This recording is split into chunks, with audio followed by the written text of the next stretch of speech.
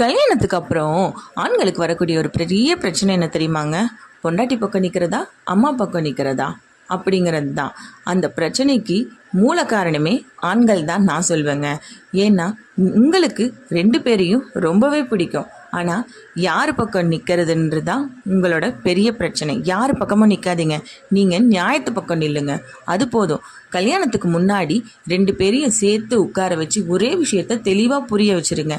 எனக்கு உயிர் கொடுத்த என் அம்மா எனக்கு ரொம்ப முக்கியம், அதே மாதிரி நான் உயிராக நேசிக்கிற என் மனைவியும் எனக்கு ரொம்ப முக்கியம்.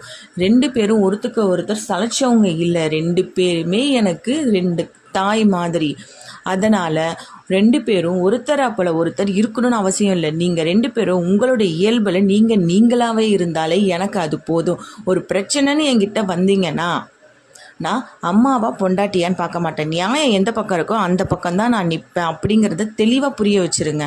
எந்த பக்கம் தவறு இருக்கோ அந்த பக்கம் தவறை சுட்டி காட்டி, எந்த பக்கம் நியாயம் இருக்கோ அந்த பக்கம் என்கரேஜ் பண்ணுவேன்.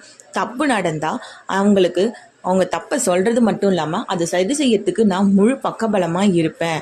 உங்கள் 2 பேருக்கும் நான் எப்போவுமே லைஃப் லாங் துணையாக இருப்பேன், உண்மையாக இருப்பேன் அப்படிங்கிறத அவங்களுக்கு நீங்கள் தெளிவாக புரிய வச்சுருங்க.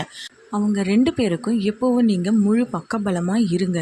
2 பேருக்கும் ஒருத்தரை நல்லா புரிய வச்சுருங்க. 2 பேருக்கும் அவங்களோட நல்ல குணங்களை ஒருத்தருக்கு வெளிப்படையாக புரிய வச்சிட்டிங்கன்னா பிரச்சனைக்கு வழியே இல்லைங்க. உண்மையான சுயநலம் இல்லாமல் நேசிக்கிற 2 மனசு எப்போவும் உங்களை காயப்படுத்த விரும்பாதுங்க. நிச்சயம் நீங்கள் புரிய வச்சிங்கன்னா அது கண்டிப்பாக புரிஞ்சிக்கும். அவங்க 2 பேரையும் ஒரு நல்ல மாமியார் மருமகளாக கண்டிப்பாக உங்களால் உருவாக்க முடியும். வாழ்த்துக்கள்.